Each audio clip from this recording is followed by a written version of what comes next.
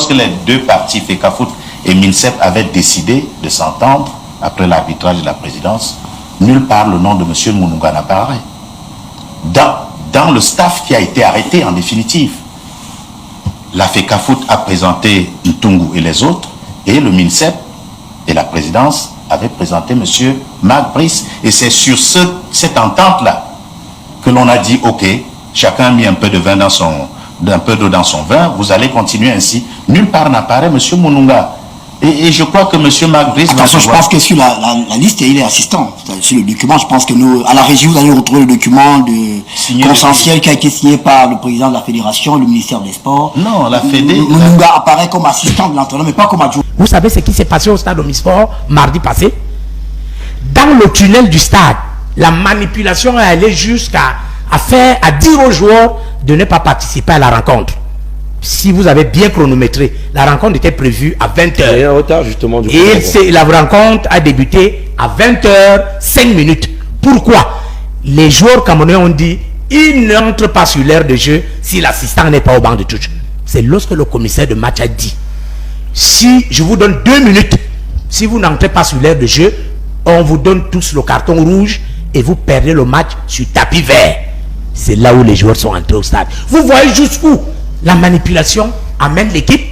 Qu'en Afrique du Sud, là où la crise ouverte a commencé, il y a eu un joueur, James Eto'o, qui s'est retrouvé à la cellule de l'aéroport, enfermé et abandonné par l'équipe du ministère et d'autres joueurs qui ont pris la route pour Nescout en les laissant là pour un problème administratif.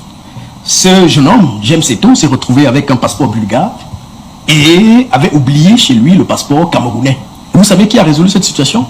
C'est le président de la Fédération camerounaise de football, qui a dû mobiliser ses contacts en Afrique du Sud pour sortir ce jeune homme de cette situation-là. Et il a dû rejoindre l'équipe le lendemain. Voyez-vous, il a passé toute une nuit à la cellule de l'aéroport. Ça, c'est ce que vos journalistes sérieux ne vous ont pas dit. Comme pour dire qu'on voit manifestement un parti pris, on voit justement des chargés de mission qui s'empressent justement d'envoyer des textes. C'est à quoi on a assisté quand même de l'inédit. C'est pour une rare fois on peut voir des joueurs regroupés comme cela. Et c'est pour ça que ça m'étonne qu'on pense qu'ils ont été infantilisés, instrumentalisés, des pères de famille. Vous les avez vus là comme des petits gamins à qui on a demandé d'aller lire quelque chose. Même si au niveau de la technique de rédaction, oui, très bien, bon, ce ne sont pas des érudits foncièrement. Quand même, vous n'allez pas, ici sur ce plateau, leur manquer comme cela de considération pour ma part.